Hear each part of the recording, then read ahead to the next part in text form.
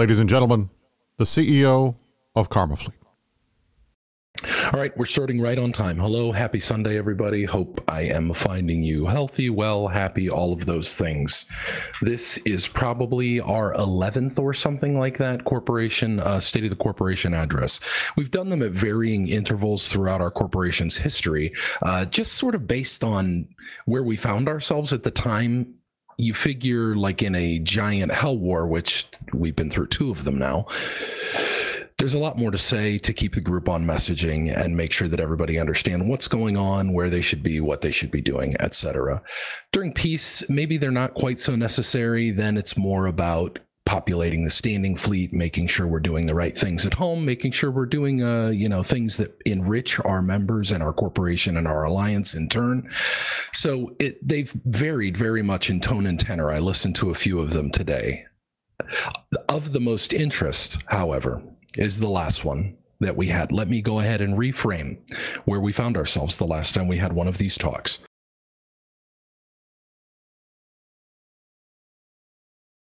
May 2021 was the last State of the Corporation address. The conversations that we were having were related to the fact that our alliance had been back down into one single constellation, the entirety of EVE Online on our doorstep, on a self-proclaimed campaign of erasure. Us, our friends, clearly too harmful for the game to be allowed to continue to exist. I think that was probably some projecting going on there, as we found was often the case with their haphazard, herky-jerk, fuckboy messaging that they ran with through most of that campaign. What a long way we've come since May. We were talking about how this was a war where whoever gave up was going to lose first. We were discussing how our people don't give up. So it seems like either we're going to see this to the end of EVE Online or they're going to give up before we do. Well, guess what happened?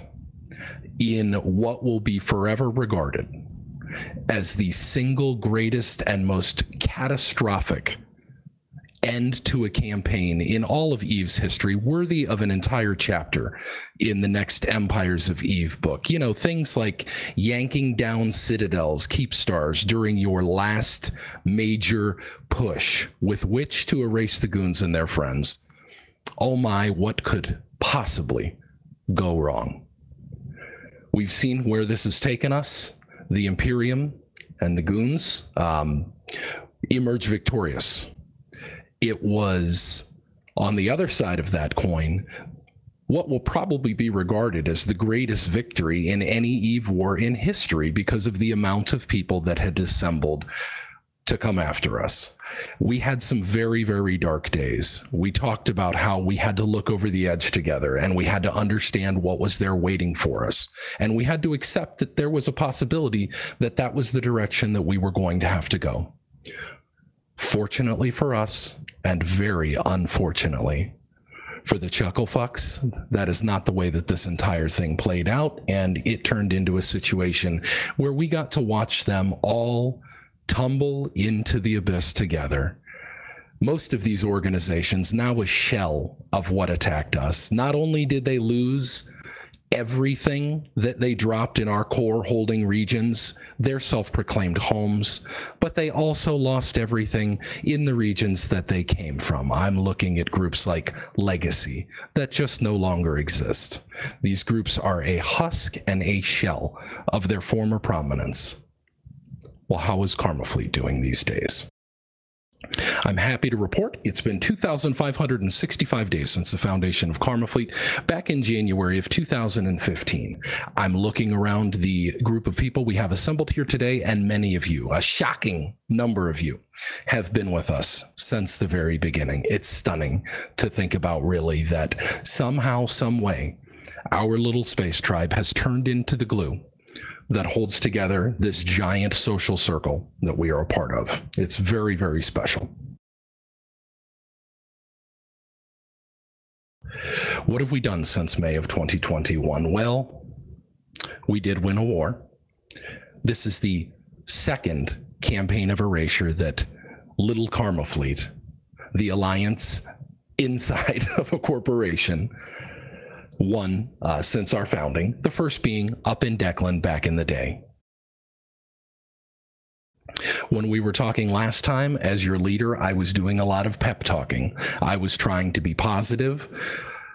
On the periphery, we were obviously doing calculations for what do we do with our super fleet if this entire thing goes wrong? What do we do to preserve our membership? What do we do to preserve our alliance, our coalition, etc.? I am so thankful and happy that none of that planning had to come to fruition, but I want you to rest assured that we are always thinking ahead and trying to plan for every single eventuality. We find ourselves now at a very different time than in May of 2021. That was a near end of days scenario, and where we find ourselves now couldn't be further from that. Now, I should mention, do I think that it will be long before there's a notion that pops up between some fucking dimwits' ears that they can take another go at goons and pals? No, I don't think it's going to be very long. Those conversations have probably already started in earnest, because in a group where no one's accountable for the failure, everybody has selective amnesia about who completely botched the initial go. That time will come. I'm hoping it's later rather than sooner, so we continue to have time to gather ourselves, prepare our space, prepare our people. But I want you to always remember how that felt back there in May, backs against the wall, completely surrounded, hopelessly outnumbered. Because we could find ourselves there again very, very quickly. And the work that we do in these interceding times of space is what can either ensure victory or guarantee defeat.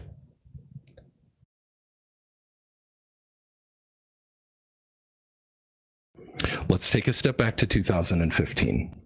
You've heard me tell the story many times, so I will stick to the Cliff Notes version of it, as we do have a fireside address coming up in 50 minutes, and I will get you out of here before then. This all started back with Brave Newbies, a part of the old Hero Coalition, their closest ally, Test. We were in GE TAC 8 in Catch, space that coincidentally these days, friends of ours in our coalition continue to hold, which is very weird. Brave Newbies at the time was forming absolutely monster. Subcapital fleets, totally out of control. Like, yes, it was Cormorants for a while. You're talking Barliget days or Rahadalon or something like that. But as you pushed forward into a evolving and growing Brave Newbies, those gave way to the Ferox fleets, which then gave way to the T3 Cruiser Tango, like Railgoo fleets and things like that.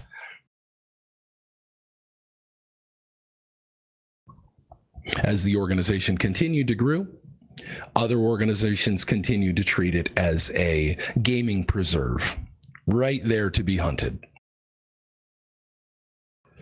That got very old very quickly, I can assure you. We began to try to find ways that groups like Pandemic Legion or Northern Coalition would not just be able to squat on our chest with 25 Archons and beat the ever-living shit out of us from then until the end of days. It became very important for us to try to find a way forward. We already were allies with Test. That wasn't helping at the time. So we started to look externally. I know that when we would catch something like an NC dot or a PL super or carrier out of position and get it held down, we were often the most frustrated in our inability to kill it once we had it there. It was like we could trap these things, but we couldn't do anything with them. We had no escalation pathway with which to perform. So what did we do? We picked up the fucking phone and we called the goons. We would call people like DBRB and say, hey, bro, we've got this thing held down. Is there any way that you guys can come down here and help us? Suddenly, 200 bombers pop out of a wormhole and capitals start dying. It did not take very long before people that were in Brave Newbies leadership started having conversations like, wait a minute, why don't we, I mean, this seems to synergize incredibly well, these two groups. Total and absolute subcapital dominance on the side of the Brave Newbies, because boy, they caught lightning in a bottle back then, and they were just a household name in the, if you are joining the game, there is no other group that is as fun and as available to newbies as this particular group. They have evolved a lot since then, and they are really not that group any longer. We certainly do wish them the best, but I am glad they made the decisions that they made back then, because that is why we are all here right now. I was talking to the crew last night during Saturday Night Swarm. This was an era in Brave Newbies that was marked by coups. Now, if things are going well in your leadership circles, you do not have 3 coups in like 18 months, right? That just doesn't make any damn sense. You either have the worst friends on earth, or you are doing a completely fucking awful job, and people are actively trying to unseat you. Do you know how many coups we've had in Karmafleet in the 7 years since our founding? Absolutely 0. Of course, that doesn't happen around here. So, even though we did attempt to pull Brave Newbies into the orbit of the Goonswarm Federation, who were kind enough to offer us, and this is going to be a shocker, the Delve region, of all things. Boy, you can't make any money in Delve, can you, right? Yeah. Talk about some of the greatest blunders in EVE history. I think that will probably go down as one of them as well. It was a very, very poor choice, and it has led to Brave Newbies being a perennially kicked, stood on, choked entity that has never been able to realize their full potential, because they've always got someone squatting right on top of them or leading them into an absolutely and completely impossible campaign of erasure against the goons. Yeah, Brave, go ahead and just move into Aquarius. That will go so good for you. Now, how these organizations continue to talk Brave Newbies into doing shit like that, and years ago we couldn't talk them into even talking with the goons officially, I have no fucking idea. It's shocking to me in retrospect. What an awful series of decisions. But let's get back to our story instead. We began talking about, okay, they're not going to go, so what do, right? We grabbed all our pals. We didn't steal a goddamn thing. We did nothing in bad faith whatsoever. We said our goodbyes. We moved our stuff down from Ketch up to Declan, and we formed a new person-friendly corporation inside the Goonswarm named Karmafleet. You may have asked yourself, why Karmafleet, right? Well, the wars of EVE Online yesteryear were thought to be won and lost in the annaled halls of the hollowed halls of Reddit. So it was thought that you had to have sort of an active mouthpiece out there with which to fight the good fight. Many of you have probably wondered to yourself, why is my ticker Snoo, right? What the fuck is a Snoo? Snoo is the little alien that you'll see like on the Reddit banner. That's his name. And that sort of was how we got our start. Believe it or not, we used to force new members who were coming in the door through all of 2015. Just go ahead and let us know what your Reddit account is when you're signing up for the recruitment tool. And if you don't have one yet, go ahead and start one, because they're mandatory. Shit posting, mandatory. Oh my God, how far we've come since then. There was a post on the War Room that was done by a fellow named Scion, who was in Goonwolf. He was at the time the lead diplomat of Goonswarm Federation. He was also Matani's chief of staff at the time, called The Grand Experiment. This post was an absolute crazy clusterfuck, because it wasn't often that a group like the Goonswarm would just say, you know what, we're going to spontaneously create a corporation where there is none. That was altogether uncommon. What was more common is that the groups that tended to join alliances like the Goonswarm were well-established corporations with lots of history, consistency of leadership, known and documented performance. So the notion that someone would just allow the dirty pubbies to set up a tent city in the middle of the Emerald Palace was shocking and appalling to many of what are now our pals in the Goonswarm Federation.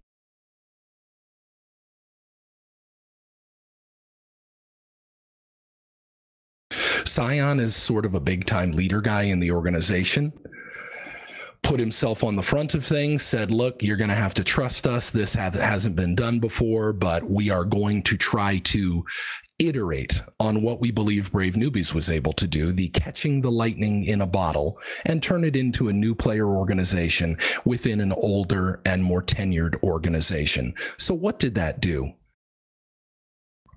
First and foremost, it provided fresh blood for the Goonswarm Federation, right? But for us, something maybe even more important. It was, if you've seen the movie Avatar or the movie Alien, you know, those big mech suits that people put on. That is how I felt day one in the Goonswarm Federation as a Karmafleet newbie. I climbed into the mech suit. I knew suddenly I had a go fuck yourself super capital fleet standing behind me and my friends. And no matter what happened, these little fuckboy groups that had been constantly choking and standing on my organization and making it absolutely impossible for us to grow into anything worth a shit, they would never do it again. That was very important. This was an important time in our history, and I think we could have gone either way. In an effort to maintain property values and continue to satisfy their HOA, the goons said, I'll tell you what, Karmafleet, why don't you guys move up to the hinterlands of 3T7? You and fucking FCon can go ahead and live up there, a match made in heaven. And you just have a wonderful time up in this space that we don't want, we don't need, we don't use, because it's too goddamn far away for our core, from the core holdings of Goonswarm and YAO way back when. What did we do with that opportunity? You're probably asking yourself, because this is a very long time ago. All we did was begin to gather ourselves, begin to create a culture, begin to learn how to run standing fleets on our own.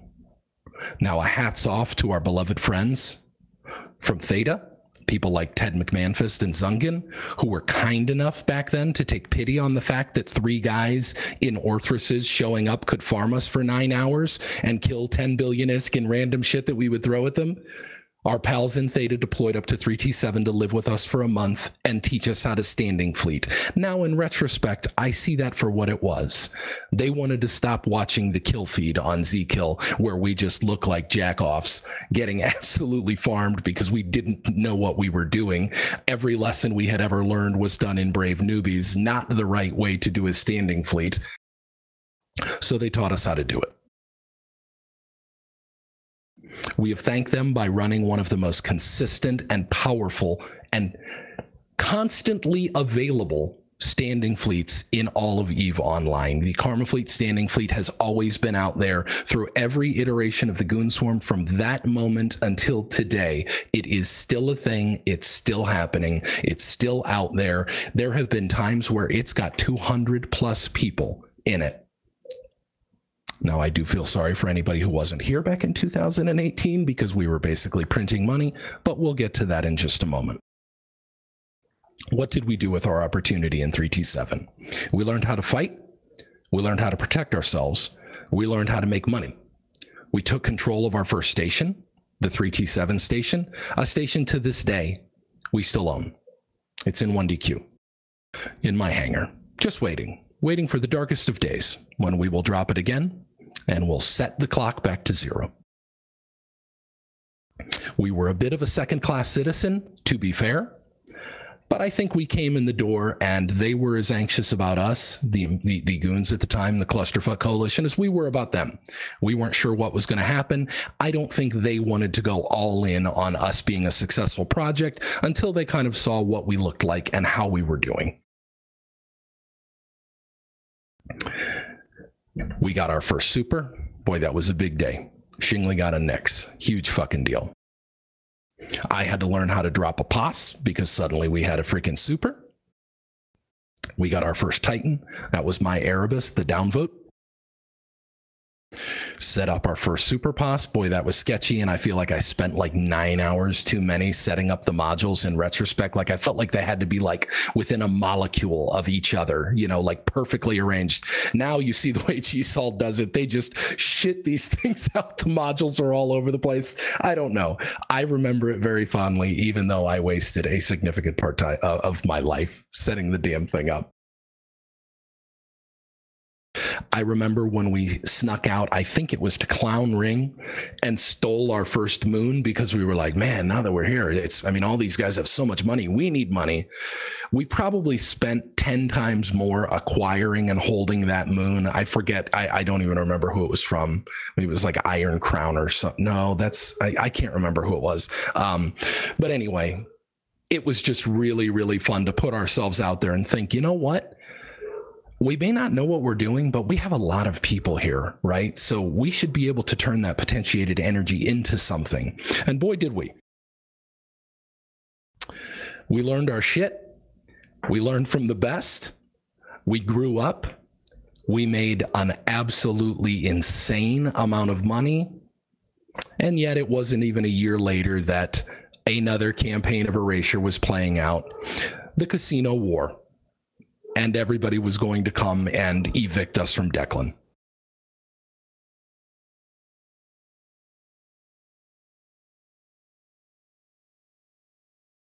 When you're a newer organization, that is kind of a mind fuck, to be honest with you. You're just like, we just got here. I don't want to be hurt again. You know, we just came from like an awful scenario ahead of time. And now here we find ourselves backed into Snoonion in what can easily be considered another awful situation. And somehow it is something that most of the members that were there at the time remember incredibly fondly as one of the most fun times they ever had in the game. For about a day, they were able to just pin us down in that station and we were completely trapped. Well, then their numbers began to wane, right? As they often do. We would undock 250 hurricanes and just started blowing up, you know, carriers and things like that in seconds. And the tables began to turn, right? Suddenly we had a little bit of breathing space. Now, there was a lot of sketchy shit that happened along the way. You certainly haven't forgotten my little super POS up in 3T7 where a bunch of our members who had logged off in the interceding time there, we needed to get them back and the hell out of there, which the geography not so good all the way up there as far as getting out. So we kept that POS alive for probably 3 months after we had lost the space. It killed a ton of shit. It was super, super funny to watch. We just left a lot of Logi ships in there. We would go repair it again. They would ref it again. We would repair it again. We did that back and forth. We did exactly the same thing in 9-3 PI. I don't remember exactly who it was. Oh, it was Waynard. Waynard gave me his Wyvern. It was like, dude, you got to help me get this thing out of here. I had an extra sitter at the time that could fly a Chimera, so obviously I could fly a Wyvern. There was too much going on at the time. We ended up losing the freaking POS where the 9-3 PI, a bunch of the supers were. So we had to do what I'm sure many pilots in EVE Online have had to do in difficult moments, and log in a super that you know is sitting on a hostile POS and just hope you hit that goddamn force field so hard that you bounce far enough away that you can jump out without being tackled. And, you know, I had to do that with somebody else's super, which is very, very unsettling. But I remember that whole experience very fondly, and I thought it helped purpose build our organization for things like what happened to us most recently last year.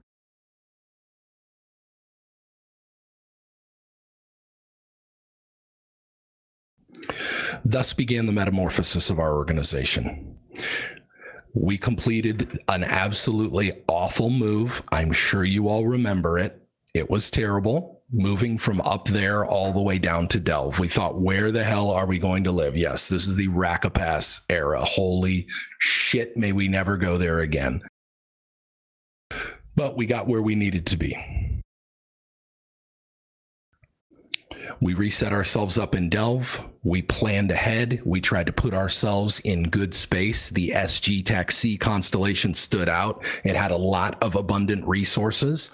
It had an ice belt. It just made sense. It was sort of like 3T7 in the Pentagon in that it was sort of buried in the core holdings of our space, which having a ton of people in areas like that is a good thing. It's very, very helpful for home defense, especially in scenarios where you have a long pipe, which we do there. That's what she said. And you were able to interdict people that are trying to come your way.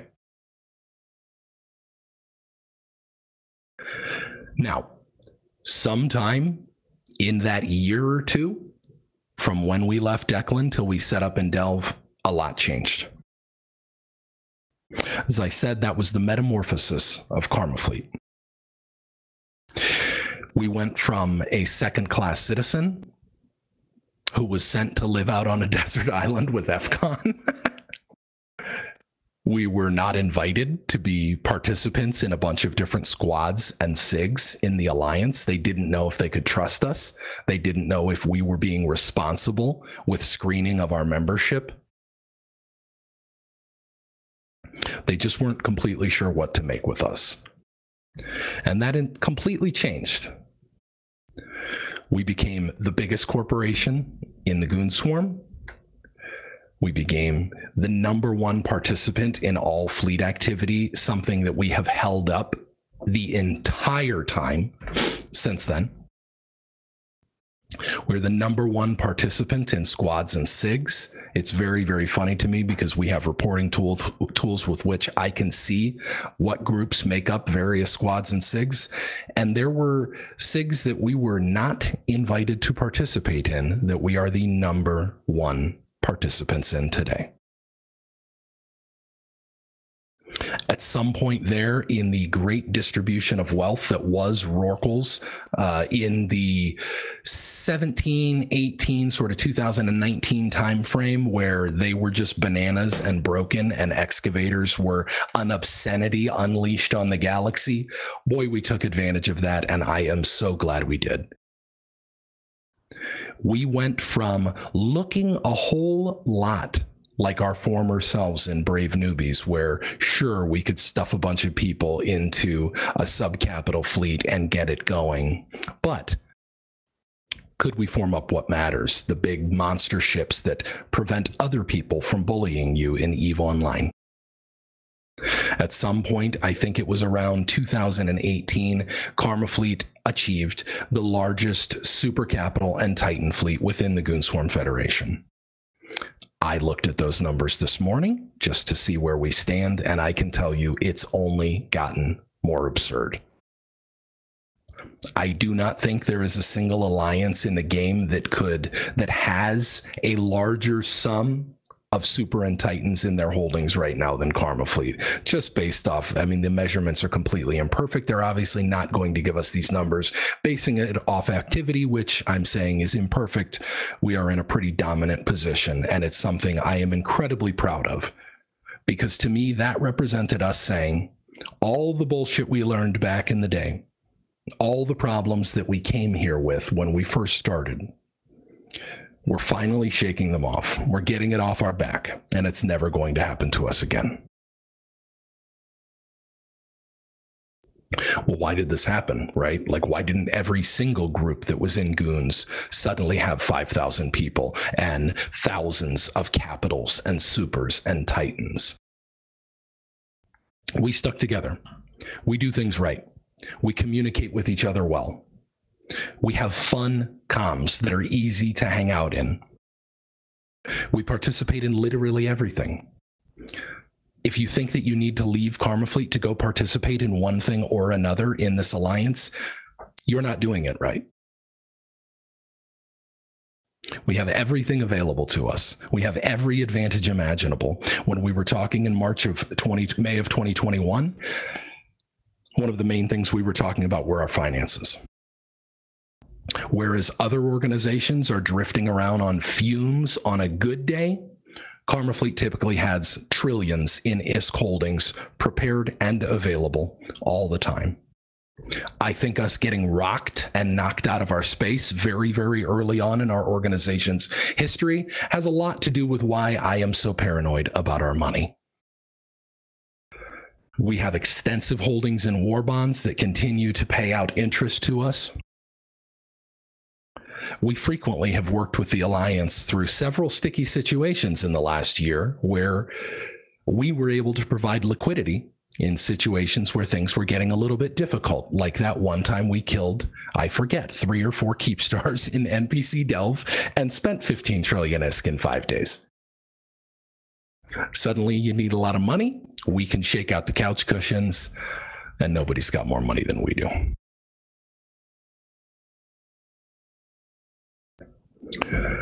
We do it well. We take care of our people.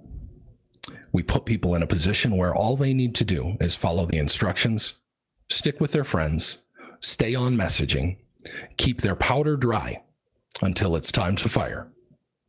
And you are all but guaranteed to climb the EVE Online socioeconomic ladder. The last few months or year has been incredibly challenging as far as the game development and the state of the game. Things like scarcity, things like what I would call the famine patch, what people are now calling the age of Plexsperity. Sure, you can have a lot of money as long as you spend a lot of money, right? That doesn't work for us. We have the best and the brightest in the game constantly trying to figure out a way that we can gain an advantage. Every single corporation and alliance in EVE Online has had precisely the same opportunity that we've had. We just managed to capitalize on it better than anybody else did, and we're going to continue to. We have 100 private corporation moons. I know we're not using them as best as we could. I know that they're not as worth it as they were. I know that we're not making the money that we were in 2018. I am, however, still confident. There is a pathway forward to us, and there will be a day where we are very glad that we have those. CCP has said publicly several times now, they aim to turn this thing around. They aim to create a situation where the proliferation of wealth can begin anew. Go figure. Players have a lot more fun when they're making a lot of money. Let's go ahead and just forget about the bullshit related to scarcity. It was a year of a failed experiment that was absolutely awful, pushed the game to its very limit. You began to see what we considered absolutely perilous login numbers for the game, which I am so happy to tell you today seem to be turning around. This was a really good January. CCP always has good Januaries. This was a great January. That tells me some combination between our people and the Pappy people sort of getting over the war fatigue, the Doctor Who event, some of the changes that have been made to the game. People are starting to wander back. Maybe they miss their friends. That's what I hope. Now, I am not so unrealistic as to put forward to you with a straight face that an absolutely immense amount of our people and our leadership have wandered off to go ride bikes, as Mittens often says, and go do something else because they were having trouble finding fun in the game. What I am here to tell you is me and the rest of your friends continue to have fun playing this game. And the one thing that I would say makes that, going off snowboarding, thank you, Meow. The one thing that makes that possible is our relationships with each other and the fact that when all else fails, we can just stick together. There will be further opportunities for the generation of wealth. There will be further opportunities to get yourselves into a super or a titan. I know this was an awful past year. It probably is really annoying to hear about how we all bought avatars for 35 billion ISK and now they're 100 plus, and that's just bullshit. I know it sucks. Every single time we flap our gums in a CSM meeting, we are repeating over and over, just in case anybody forgot, capital production is still completely broken, and we are just pretending capitals don't exist, and that doesn't seem like a good decision. The standing fleet will continue to be a thing. When in doubt, search your fleet finder, find the Karmafleet standing fleet, jump into the comms channel a couple channels north of where we are right now, and hang out with your buds. If you have questions about things like ratting or mining, ask. It's that easy. It's that kind of channel. Now, if they're in the middle of a fight, they're tackling somebody, someone's already tackled, something's going wrong, etc., maybe you have to wait a minute. That's the keeping the powder dry part. Maybe you have to wait a minute to drop that question about Forsaken hubs and Myrmidon fits. But rest assured, that kind of content is exactly what that channel is for. So you speak up, you make your voice heard, you participate in the group. Post-war, what are we going to do? We're going to just regrow. As I alluded to earlier, I am absolutely convinced that we have not seen the last of these assholes, and they are going to, with their memories of goldfish, take a shot at this thing again. We learned a lot of lessons. We got a lot of reps. We have rebuilt the Delve region, purpose-built for exactly that kind of invasion. We are prepared, but there's still a lot of work to do. You continue to show up, you continue to populate the standing fleet, you continue to put some money in your pocket, and there will be a time where we have an opportunity again to pull people up that ladder that CCP has yanked away, pretending that capitals aren't a thing, and we will get you to the end game ships that I think a lot of people desire to fly. Those of you that already have them, keep them ready, always. There is no warning when an M2 breaks out. It just happens. Something I pride myself on is we are almost always ready. We are in a situation where I feel good about our disposition related to combat and wars and ships being where they need to be with the fits that they need, pods where they need to be with the implants they need. I know it's incredibly expensive to keep up with that stuff. And if you've been a capital pilot since 2015, we've probably changed the fit on you 10 times. And I'm so sorry, but that is done in an effort to always keep us ahead of the curve. What would be more of an alarm bell to me would be if we had just left everything the same all the while, right? And just sort of fucked our way along and hoped for the best, hope nothing bad happens to us. We have always used Jabber as one of our primary communication services in Goons because it can scale very, very large, and it can be behind a safe auth wall that ties it into various groups. As a corporation, Karmafleet, however, uses Discord as our primary vehicle of communication. The Jabber channel that you see for Karmafleet on Pigeon is the most dead it's ever been. And that's not because the corporation is dead. It's because we've moved the conversation. I think in the MOTD of that channel, I've got a good Discord link. If someone doesn't mind putting a good Discord link in Corp Chat in the game and maybe in that channel as well, I would super appreciate it. We need more of you to get on that platform. That is how we stick together when things get squirrely. Not to mention the phone apps that are available, regardless of what kind of phone you have. Thanks, guys. Regardless of what kind of phone you have, are just absolutely awful. I was a person who was never convinced that Discord was going to be a way forward. I am completely convinced. At this point, we have 2 different ping relays, Alliance-sponsored, shocker, sending messages across to Discord such that we can keep track of stuff even when we're not in the client. Now, if you're concerned about notifications and stuff like that, I can tell you on the computer app, the PC Discord program, it's much, much easier to sort of toggle all of your notifications such that you aren't getting beeps and pings and crap like that at times where you don't want to. It can be done through the phone. It's a little bit more difficult. So if you're struggling to get yourself like, I thought I turned off notifications for this server, check it out in the program instead of in the like the iOS app or Android or whatever you're using. Discord is incredibly important.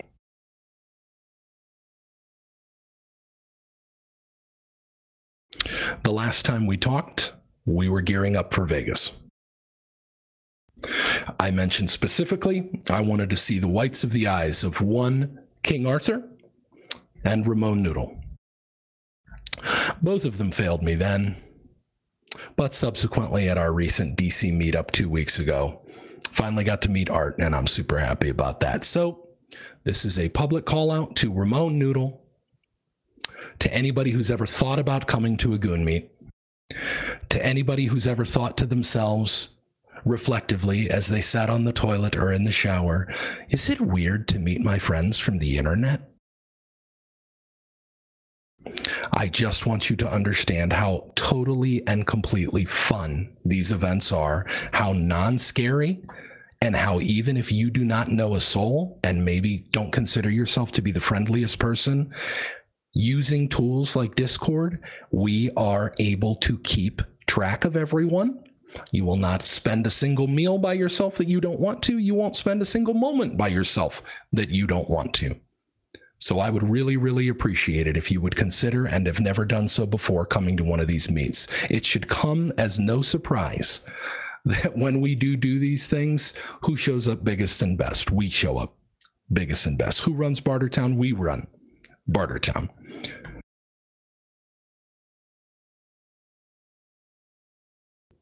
Moving forward, what are we going to do? We're going to keep putting money in our pockets. We're going to continue to fortify the Delve region for what will be an invasion, I'm sure, at some point. Whether it's 2 weeks away or 2 years away, it's coming one way or another. These people will forget the absolute and utter embarrassment they suffered at our hands the first time around, and they'll take another shot at it. So every day, let's continue to focus. Yes, FanFest is coming up. I should have mentioned that. Obviously, you've got FanFest and Vegas are going to be the two big ones coming up this year. We'll continue to put ourselves in a situation where we can be successful. We will continue to stock our coffers as much as we possibly can, fill them up and prepare for whatever it is that comes towards us. We don't always get to decide how things go. All we get to decide is how we conduct ourselves. And that is where we make our hay. We do that better than anybody. You may be asking yourself, okay, well, what the hell else can I do? I'm kind of bored. I chased around some asshole in a stabber around Delve. What else is there out there to do? I have brought someone to talk to you today, a dear friend of mine, Saren Blackfist, who I subsequently have met several different times at Goon meetups. Saren is the director of Squads and SIGs for the Goonswarm Federation, and I asked him to just come talk to you for a moment about what it is that we have available to ourselves as Karmafleet pilots that we can do in times like this where things seem a little boring. So Saren, let me make sure you're not muted, and please, by all means, go ahead.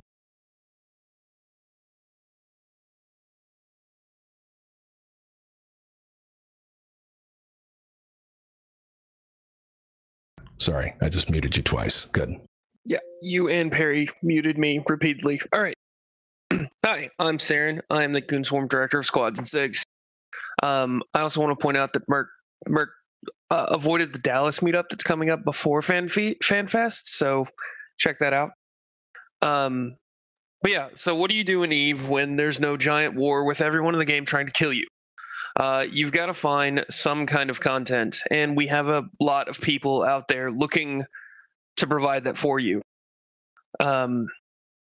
Check out the recruitment center on the forums. There's a bunch of groups looking for people to join them. Squads and SIGs have held up the alliance throughout any content drought we've ever had. Sorry, I'm looking at Discord. I'm going to minimize it. There are groups of people organized around a certain form of content that they want to do. There's PvE squads, there's PvP squads, there's people that go off and do weird things in wormholes. Whatever you want to do, there's a group for you. And if there's not a group for what you want to do, think about it really hard and then maybe talk to me about it, and I'll see what I can do. We don't spin up squads if they're just for someone who wants to have their own banner and have a vanity thing. But if there's a genuine need for something to be done, I'll happily make something. These guys are all of the guys in the recruitment center want new blood in their groups. You may have to jump through a couple hoops depending on the group and the content they do. But in general, they're looking for people to come and have fun and play the game with them. And playing the game is the most important thing you can do in the Alliance because it keeps you active and engaged. Thank you very much, Sarah, and I appreciate it. Now, you may be asking yourselves, folks, why would I mean, I could have probably said that, right? I have an ulterior motive for bringing Sarah in here today that I haven't told him about. You know, something that is an interesting and unique feature to Karmafleet and to what we now refer to as the Fanfeet Squad. Thank you. I see Hyper Viper's already created a room for it. Yes, Fanfeet is catching on. I'm sorry, it's too late. Last time it was how many months ago? It was September. This time it's Fanfeet. I'm just glad I could be a part of it. Son of a bitch. Yeah. So one of the unique features of our corporation is that we have always managed to get by with an incredibly small and close-knit leadership group. Saren's been with us since the beginning. As Clavis and I were sort of pre-gaming, getting ourselves set up and ready for this particular meet where we would have our State of the Corporation, we both thought, it's time. Today I'm making Saren Blackfist a director in Karmafleet. Congratulations, sir. It is completely well-earned. You are an adult in the room, and it is an incredible pride point to be able to enter into such a small and exclusive club of people that run what is the greatest organization in all of EVE Online. So congratulations, buddy. Thank you. I appreciate it. Yep. No, that's great. I wanted to do that here today just because it's about time. We've got plenty of leadership people out there. We've got a lot of really, really good directors. And as of today, we've got one more. So please, by all means, when in doubt, open a message with Saren. First, ask him if he's there. When he responds in the affirmative, ask him if you can ask him a question.